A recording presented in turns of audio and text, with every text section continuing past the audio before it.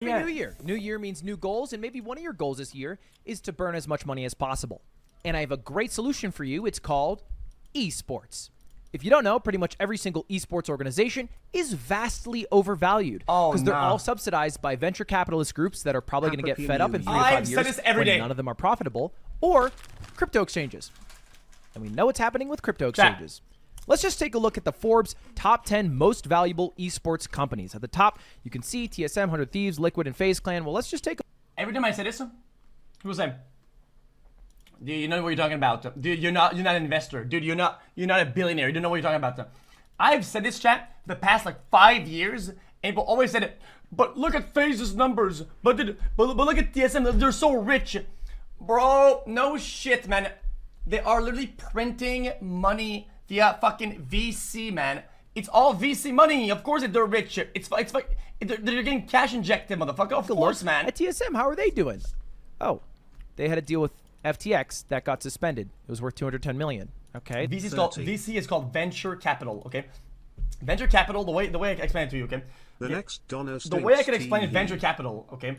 Is, let's say 66 months. Okay. Here's the easiest way. Here's the easiest way I can explain it to you. Okay.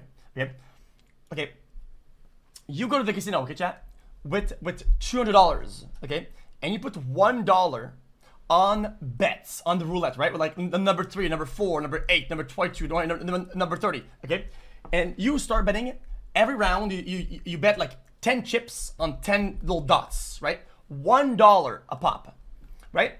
But then instead of $1, right, it's 10 million.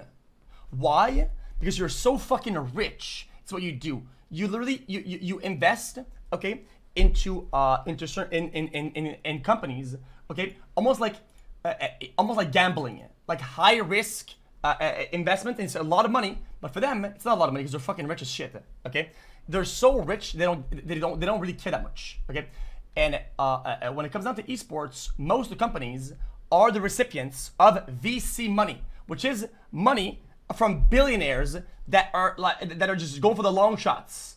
They hear esports is the next popping thing. No, they do. They take the $1 you would take at the casino, right? And they put it on 4. They put it on 6. They put it on 8. That's what they do. Okay. And all esports companies are currently the recipients, almost all, of VC money, which isn't bad, but you know, it. Hey, that's all right. Well, how about 100 Thieves? Are they? Oh, they laid off a bunch of people. Okay. Well, you got to reduce overhead sometimes. Okay, what about Liquid? Oh, a deal with Coinbase for 4 years. Surely that will last. And finally, FaZe Clan. Okay, publicly traded company, valued at 134 million. Wait, 400 million, 100. Okay, that dropped. Oh, that dropped really fast. Okay, well, that's look, not me just trying to make fun of esports orgs, because I like esports and I like anyone who takes an attempt at making it work. It just doesn't seem like the economics of it match the ambitions of a lot of the people inside of the sphere. What does work, however? Content teams, influencers, signing content creators, which a lot of esports orgs do, and that seems to be the profitable part of their business. And it's also what some content teams do. I mean, take offline TV, for example. You put all these people in a room, they print out multiple million view videos that they can sell giant sponsors on. I mean, pretty much every one of their videos has a sponsor, and they're getting buku bucks for that with pretty low overhead because they each have their own individual careers. Now, imagine you could combine the content team of OTV with maybe the more rigid structure of an esports org, and you end up with something like OTK, One True King, a streamer-backed esports org that doesn't really do esports. I mean, they had a team in World of Warcraft, but they dropped the team. So they're pretty much just sticking with the good old-fashioned content creator route, which is smart because they're not only able to sell sponsors on the watch hours of all the people inside the org, they're also able to sell things directly to consumers with businesses they start, like Starforge Systems. I mean, imagine if I had Swipe Bidets and then I had a team of 10 creators that I worked with all the time, and they all sold Swipe Bidets individually. Also, I don't want to shit on computers too much, but the margins to make money are they're razor thin, and they're not worth it for. Out of all businesses, okay, that I would open, I think computers might be one of the last thing I would do. It's just it. Get a lot of buttholes clean in the new year. So it makes sense. And don't just take my word for it. Let's look at the most popular Twitch teams by hours watched. Obviously, G Fuel at the top. They have 671 creators. xQc's org, he's up top there. Loaded, they have a bunch of big creators. And OTK is fourth. They're fourth with only 14 people, and a couple of their creators barely streamed over the past year. for reasons we're going to get into. Now, I haven't made any videos about OTK because, well, none of the individual pieces felt substantial enough to talk about for longer than a couple of minutes, but enough has happened over the past year, and especially with the update last night that ended the investigation on Mizkif, that I feel like we can talk about it all today. Now, we're going to get to the investigation with Mizkif at the end, but first, let's do things in order with what started off their terrible month of December, and it involves another one of their founders, Rich Campbell. Now, Rich Campbell, if you don't know, is a esports host turned streamer who did a lot of maybe the more business side of things behind OTK, and one of the people that he used to be in a relationship with, Lexi, on Twitter, dropped a tweet longer about a terrible experience she had with Rich. And I really recommend you read this on your There's a new doc on Rich? Wait, why didn't I see that? own, because I think it states how she feels about it more clearly and everything that happened more clearly. But I'm going to read you 2 excerpts. I'm not here to sleep with you, and I do not want that. That is Lexi to Rich Campbell when they were hanging out at Rich's place. And then Rich replied, by jerking off in front of her while continuing to talk about her getting pregnant and then begging her to have sex with him. After she said no, he continually attempted to take her clothes off. She kept saying no, and at the very end, he rolled her over and put himself inside of her and finished unprotected. That was hard to read, but it is a clear picture of sexual assault, rape, just outright. Now, Rich hasn't replied to this yet, but there were a lot of text messages that backed up them being together at that exact moment, him asking her to come over, etc. And it ended off with a text from him to her right after it ended with the same timeline saying, "You okay?" So I believe the account. You can wait for Rich Campbell's statement, which hasn't come out yet, but it's pretty clear that OTK also believes the statement, or at least is concerned enough about it that they instantly, and I mean instantly, dropped him. Within like hours of the statement coming out, he was booted from OTK, Yeah, it was like 3 hours, I think. which is big. I mean, he's one of the founders of it, and they kicked him out. So that was a terrible thing to happen. But the next week, the troubles didn't end for OTK as a whole because they lost a huge part of their organization, Jay Schlatt. Now, Yeah. it doesn't take a rocket scientist to tell you the value that Jay Schlatt has on the YouTube algorithm. He's one of my most viewed videos on pretty much every single one of my channels, and he's part of the reason why Mogul Mail Really? even exists today, because the weekly slap is what inspired me originally. And he mutually agreed to leave OTK. Now, it might not seem like a big hit because, he's not much of a streamer. He doesn't stream too often. Was it because of all that and all the hot water being thrown around, or what? So many people didn't even know he was in OTK. But if you look at OTK's YouTube Probably, channel right? that has almost 600,000 subscribers, that was built by Jay Schlatt. Let's just take a look at the top 10 most viewed videos. 9 of them are involving Jay Schlatt. He's like 13 of the top 15. He is OTK YouTube. And I think that's a big pretty dang thing to lose. I had no idea about any of this, And to be then the honest. week after that, which was actually just last night, we finally got the end to the investigation on Mizkif over the alleged sexual assault cover-up involving his best friend at the time, Crazy Slick. And now, if you don't know, this was basically Jeez, a that took a while. third-party law firm that OTK hired to investigate Mizkif, to which a lot of people, I think, understandably were upset about. They're like, okay, well, aren't you just investigating yourself? But who is supposed to do the investigation? If there were no charges filed by the exactly. police and they aren't doing an investigation, it's not like someone's going to magically get up and do it. You kind of have to hire someone to try to absolve yourself. But even if we just ignore the entirety in the investigation, I think it's pretty safe to say that a lot of the allegations made in the original tweet by Trainwreck were outright false. I covered this in a video I made yesterday called I Lied, but if we just go over it one more time again, there was no blackmail. Not an iota of blackmail was seen. When Train said, "Are you going to send Maya and Mitch to cover up sexual assault?" Maya said on a stream that she would have gone on her own volition. And then as far as the one thing that did age really poorly and that was pretty bad of Mizkif, aka this clip. Well, let's just play my reaction here. Single person that we used to hang out with that doesn't. Jesus, hang out with there's us, like, 3 of him. because of what happened. I actually think there's literally none, because the reality is, worst comes to worst of it, it's fucking like sexual harassment, right? I mean, like no one of what you can deem of it, it's sexual harassment, whatever. Now, this was a clip from Miz that was on his alt stream that didn't sound so nice in the moment, and this is what I said about it. At a low scale, it's not really a big deal. I don't think people really gave a shit. This is Miz speaking way too candidly and way too stupidly about sexual assault, saying it's low scale, like there's a tier list that we have to drop every year on what sexual assault we need to rank S tier, what sexual assault we need to rank F tier. And I lambasted him a bit for that comment because it was pertaining to sexual assault, which is like a big deal. But I was wrong. He wasn't talking about sexual assault at the time. It was only known that Crazy Slick, his roommate at the time, sexually harassed Adriana. That's based off her words. Listen to this. I've only recently figured out and found out, especially without sitting, that it's sexual assault.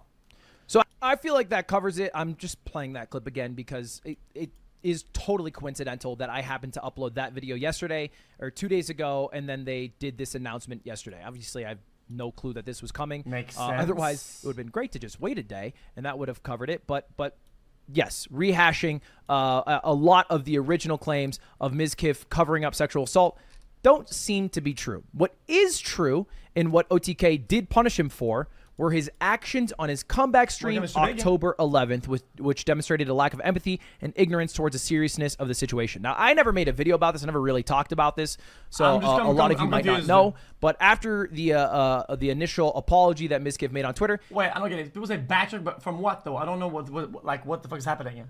I don't know what the fuck is going on now. He kind of went radio silent for a while. He didn't stream for a long time. And then he suddenly was like, I'm going to come back and I'm going to stream. Fine. That's up to him. You know, the investigation wasn't over. It was going a while. He missed streaming. But his comeback stream was, to put it lightly, embarrassing. It started with an hour of him basically stalling because Hassan and xQc were both reacting to him to try to see what he was going to say about the investigation or what he was going to say about the entire situation. And Ms. Kiff, in response to this, played Super Mario 64 and said, I'm going to keep playing until you guys stop watching me. And they didn't. So then he eventually ponied up, and then he said, I have no news. Which by itself would just be like, you know, kind of embarrassing. But then he also had this moment, which was really just dumb. No matter what, dude. One of my things... Now, this is a tattoo artist who talks about how good he is at cover-ups, specifically with bad tattoos. I am a master at cover-ups and reconstruction. Me too, for 4 years. Excuse me? I think this will not look good like this. Like, let's... That's tough. He also pulled up this video that. of sexual harassment is illegal. It was just kind of tone deaf. I don't think he had a plan going into this stream. Oh my god! Oh my god! When does this video come out? How dare you? How dare you? 2 hours ago this was posted, and he said tone deaf, which is not a term accepted by the Stanford University anymore. Okay, if you're not up to date with the news, you cannot be saying tone D word any longer because it discriminates people that have certain disabilities. It doesn't seem like anything involving a sexual assault cover-up was true. It is true that he made an inappropriate joke about sexual harassment and that he had some unsavory clips and like random calls and generally I just don't think handled it as well as he could have or should have. And I think it's pretty clear that my boy Stans had the better path of what you should do in that position. And you just go, hey chat, I've been gone for 3 weeks thinking about everything that's happened. There's an investigation going on, so I can't say anything about it. I hope to give you guys the truth, but in the meantime, I am out of OTK on whatever. I'm going to be streaming like normal so I can make money to pay my rent for the next after this, but today I'm going to leave. I hope I can share more information with you soon. And then you turn off stream. That's it. Literally, that's it. Super mature. Stan's a smart guy. He's someone who I go to for a lot of the things that I need to do.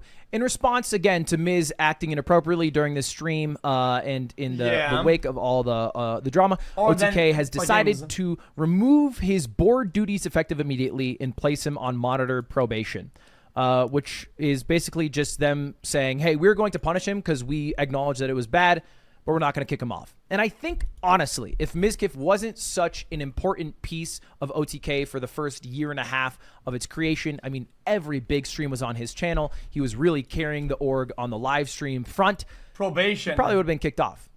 Straight up. If he wasn't that valuable, they probably would have booted him for just how he handled it. Because if there's a clear goal with OTK here, and it is to remove the bad connotations for the bad things that have happened with some of the org's founders from the org's I feel like idea all of this in public makes sense. conscience. We haven't Basically really reached any sort of conclusion. trying to clean up their image. right, to put it simply. But I'm going to make a prediction right here.